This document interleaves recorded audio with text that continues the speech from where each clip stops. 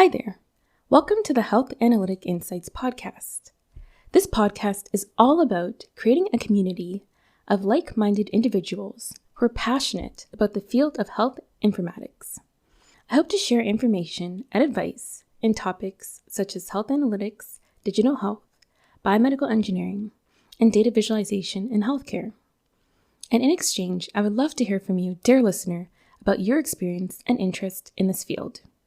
You can drop me a line at HealthAnalyticInsights@gmail.com, and this email, along with any references discussed during this podcast, will be listed in the show notes below. If this resonates with you, don't forget to follow and subscribe to this podcast, as I'll be releasing new episodes bi-weekly. Welcome everyone to the Health Analytic Insights Podcast. On this episode, Diana Zuskov will be our guest, and she's the Associate Vice President of Healthcare Strategy for LexisNexis Risk Solutions, responsible for strategic development of patient engagement, health equity, research, and real-world data portfolios. Diana brings 15 years of experience leading strategic planning for LexisNexis Risk Solutions, public sector healthcare business unit, product deployment at digital health companies, and mixed method research programs. Diana is passionate about tech-enabled innovation for underserved communities, looking for opportunities to apply health IT and public-private partnerships to accelerate population health goals. Diana holds a master's in public health and health behavior from University of North Carolina at Chapel Hill and a BA in psychology at public health from Boston University. So welcome, Diana, to the podcast, and let's jump right into it. So with your diverse background working with health IT companies and providers, what are some of the unique challenges working with healthcare data, which are different from other industries? Yeah, thanks so much for having me and for the great question to kind of get us started.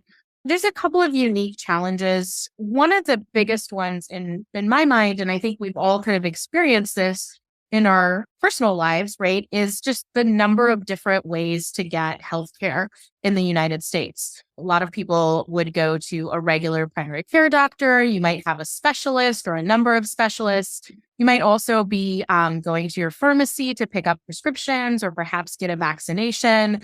That's all paid for by private payers.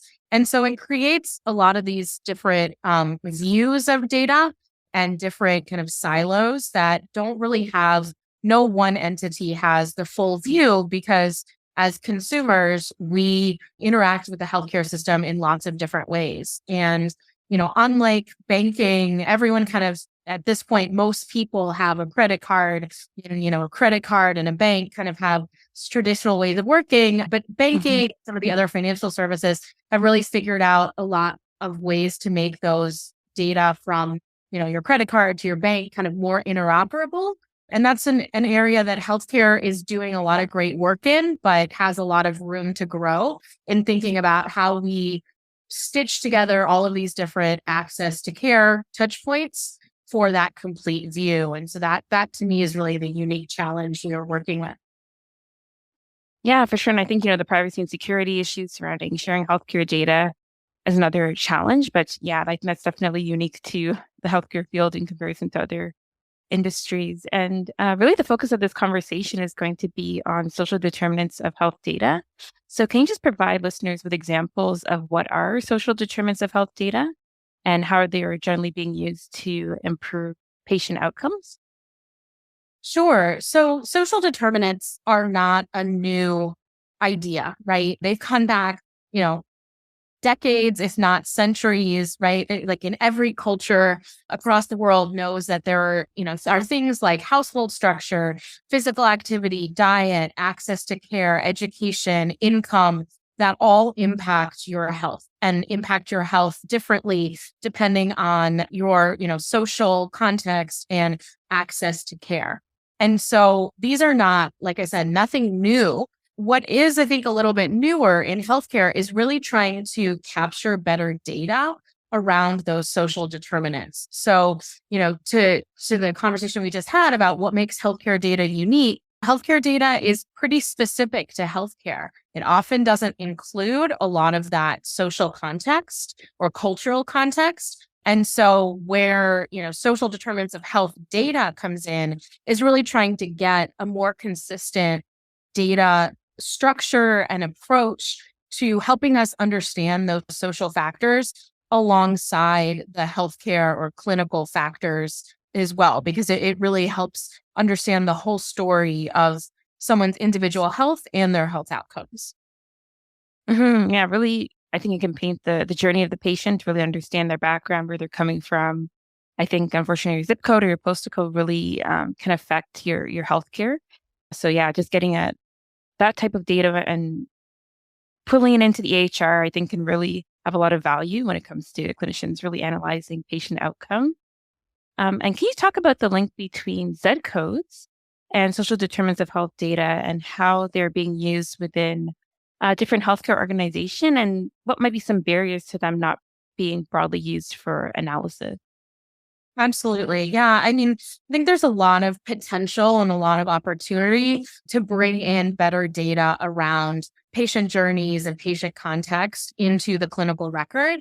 And Z codes are a set of clinical coding, they're ICD-10 codes that were introduced, I believe it's just over 5 years ago, that were introduced as part of the EHR and clinical coding schema so that providers could essentially apply these codes that then, code and signify the different contextual factors that are impacting health outcomes. So as an example, understanding whether someone is homeless, instead of just having that in the provider's notes, actually having a clinical code that codes the homelessness or the housing instability and the potential factors of how that impacts healthcare. Again, with the intent of trying to get this to be a more standardized and data-driven approach so we can really start to look at, how does homelessness impact health outcomes, access to care, and also how does it kind of tailor our care pathways. So I, as a physician, might want to think a little bit differently about how I prescribe certain medication based on someone's clinical social factors, or I might want to recommend them a different type of intervention, maybe getting them on a 90-day refill for a certain prescription instead of a 30-day refill to make sure that they have that access for a longer time. That's a very, very simple example. Unfortunately, I think the uptake, and it's not just my opinion, it's been kind of validated by the industry. Every analysis that the industry has done, including the one that we've done, has shown that there's been very limited uptake or application of those codes by providers consistently. So today we see kind of across all provider interactions, about 1% or so include the actual Z codes. And we know that 100% of people have social, economic, environmental, family contexts that impact their healthcare. So that number should be much higher than 1%. And so yeah, I mean, I think you kind of hit on it. There's definitely some challenges in getting more of those codes adopted that I think we're hoping to overcome in order to really improve health outcomes. And what do you think might be some of the reasons for the reduced adoption? Could it be, there's a health human resource challenge of, time management, or do you think it's the Z codes are not specific enough, or people maybe not understanding how to apply them? What do you think might be some of the challenges in the adoption of them? Yeah, I think a major one you hit on, which is just time and kind of creating a new workflow within the provider's existing tools. So most EHRs still have not fully integrated any questionnaires that a patient might fill out, might still be paper-based. Though in an ideal world, you can imagine as a patient, you fill out a questionnaire and then that helps the provider kind of facilitate that coding or facilitate some follow-up questions. Not all providers have really fully integrated that. So provider kind of time and workflow is a major challenge. I think the other challenge is, I always think back to when I was first starting my career, I worked at Boston Medical Center in the pediatric emergency room, and the head of the emergency department used to always tell me, I worry about asking these questions because I don't know what to do if someone tells me that they have, some significant social determinant risks. So his example was always, if someone tells me they can't afford their medications, A lot of times the best thing I can do for a patient is give them money out of my personal wallet. And while I think that has changed most hospital systems now have SDOH programs. There's, great companies like Find Help and Unite Us that are kind of helping close that last mile. Payers have invested a lot in care coordination and community health workers and efforts like that. I do still think part of that cultural shift is really happening for providers to really think about what happens as a result of me applying this code on someone's chart, and how do I really connect that with all of the other things that I need to be doing. And I think that kind of shows, if you look at who are using Z codes most consistently, we see that the highest uptake of those codes that are really by providers who are highly engaged with the patient in a kind of more acute setting. So they're used very heavily in behavioral health settings. And again, I think it's because those providers really intimately understand the impact of social and behavioral factors on health outcomes. So I think they understand kind of, how important that linkage is to document in the clinical chart. The other area where they're used at a much higher rate than average is home health care. And again, if you think about it, in a home health situation, a community health worker or a nurse or even a physician is physically in the home. So they can kind of facilitate some of that conversation more easily. Whereas maybe a hospital-based provider in the emergency room is a little bit more reluctant to ask some of those questions around social and cultural context, because either they're concerned that they don't have the tools to properly address them, they don't have the time, or it's just not a priority because they're trying to get so much other information from the patient. So it's really a multifaceted problem. No one thing is going to solve it, but I think there's a lot of opportunity just to really think about how to make the coding more realistic and tied overall to an integrated workflow. Absolutely. And I think, there's some systemic challenges also that could be involved, as you're saying. So there's a Z code that says maybe someone has limited access to food. Maybe there's some trigger or something that allows people to directly get that community care. So we want to have also systemic changes, I think, also included so that people can get the help that they need. So I think it is like a whole healthcare system change that we'd also need to move towards. And then I think also what you said about that patient-provider relationship makes difference, because in a previous organization that I worked at, when it came to collecting social determinants of health data, there was a big uptake in the nurses who had a strong relationship with their patients. More so that that information was being filled out. So, there's also that aspect of, what is the environment? So again, you said in the emergency room might be a different patient-provider relationship versus the home care environment. So yeah, there's definitely a lot of factors that can contribute to this for sure. Is there any research in having patients themselves fill out these codes as well too? Or is it mainly just the providers would be filling out this information? Yeah, that's a really interesting question. So there's a lot of effort being made around patient screening, right? So CMS has a standard questionnaire called Health Risk Needs Screener, and a number of different healthcare hospitals and healthcare organizations have come out with their own.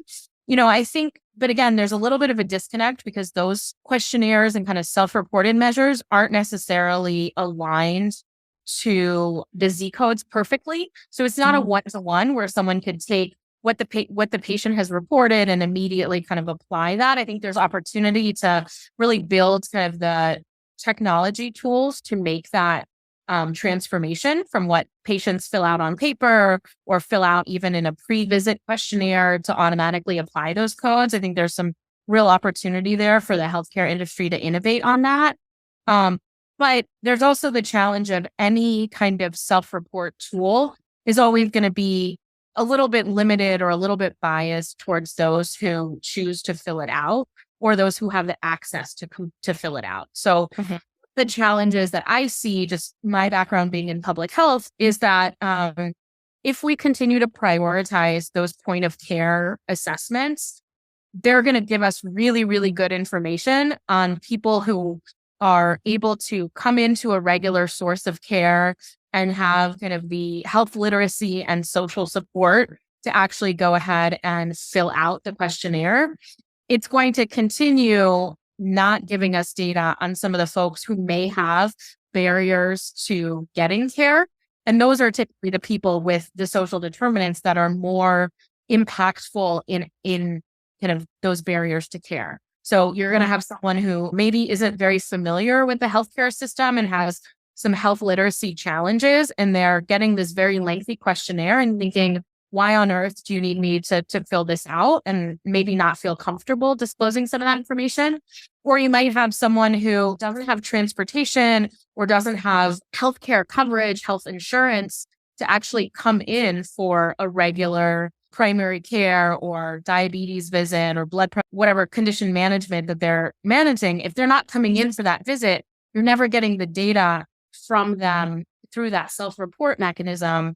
And so you're getting data on the people who already kind of are engaged with your system, which is fantastic. But you have to kind of think about the inverse. What about the people who are not filling out that questionnaire? And how do we get data on those folks as well? Right. Yeah, that's a very, very good point, for sure. For sure. And do you have any examples of how Z codes have been used and have helped to improve patient outcomes, whether it's reduce readmission rates or maybe improve patient satisfaction? Do you have any examples of how they've been used successfully? Yeah, I think one of the most successful areas that they're being used is in home healthcare. So I think that, has really translated to kind of better understanding some of the social needs that some chronic disease patients or disabled patients who really need that home-based care, or potentially post-discharge patients, really understanding kind of their social context, the home that they're living in, their access to various support programs, the right food and nutrition, the right access to picking up their medications and attending their doctor's appointments. I think though better understanding that in the home care context has definitely shown that there's possibility to use these not only to improve outcomes, but also improve very tactically reimbursement, right? So home care providers do a lot of kind of triaging of these social drivers of health. And with the introduction of Z codes, they're actually able to kind of have a consistent coding schema that allows them to then submit to payers and to other entities for reimbursement. And that seems like an overly tactical thing, but it's massive for really helping organizations prioritize that this is a really important factor of the clinical visit, right? So when we were talking about providers may just not have time to get to this, having a way for providers to get paid to do this assessment or to continuously monitor this in someone's chart, that's a great way to kind of get it built into the workflow, to get it prioritized, and to really get it as part of a standard of care. And so I definitely think the fact that these Z codes are increasingly being tied to reimbursement is an area that has been successful. Again, it's just now about kind of how do we make them more feasible for adopting, and how do we kind of think about them relative to all of the other social drivers of health programs and population health programs and things like that, so that they're not just kind of a standalone program. Mm-hmm. Okay, yeah, that's really helpful just to see how these Z codes can really make a difference when it comes to reimbursement and all these factors. And could you provide people with maybe some user guides or resources where they can learn more about Z codes? Yeah, absolutely. So I think there's some really great resources coming out from CMS about how they're thinking about reimbursement. And then also some of the patient-centered questionnaires that they're mandating as a standard of care for Medicaid and Medicare plans. So I think they're a really great resource. There's also just a number of different analyses from different researchers and different kind of public interest groups looking at kind of how Z codes are being used today. So I don't think there's any one entity, but there's definitely some really interesting research being done on the topic. And definitely I would encourage kind of aligning with CMS's vision around this as well. Okay, that's super helpful. And I can look for something and put it in the description of the show notes. People can start to learn more about the codes. And Diana, just as we wrap up this discussion, is there anything else that you'd like to provide to the audience regarding this topic? No, I mean, I think this has been a really helpful conversation. I would just kind of close it out just to, remind everyone that there's a lot of opportunity with these codes, but we also need to be, I think, practical as an industry about, not including social drivers of health as something that is addressed in the clinical context, but also being realistic that not every patient has a regular clinical interaction. And so I think as an industry, we have a lot of opportunity to be thinking about all of the different touch points that could utilize social drivers of health data and how we really improve that flow of data. Coming back to your first question on why is it so challenging? I think there's a lot of opportunity in just rethinking and innovating in this space in the future beyond Z codes as well. Absolutely. Absolutely. I think as we develop with the technology in terms of being able to automate things a bit more easily, hopefully these things can be integrated right into the EHR and there's less manual effort when it comes to these questionnaires and surveys and interoperability. Things are more streamlined. That's what I'm hoping for the future. Yeah, absolutely. I think we all are. And I think we're on the path to get there. But these kind of conversations, I think, are really helpful to give people kind of the confidence that we are on the path. It's just taking a little bit longer than anticipated. Awesome. So thank you so much, Diana. Yeah, thank you, Alana. It's been really great to talk with you.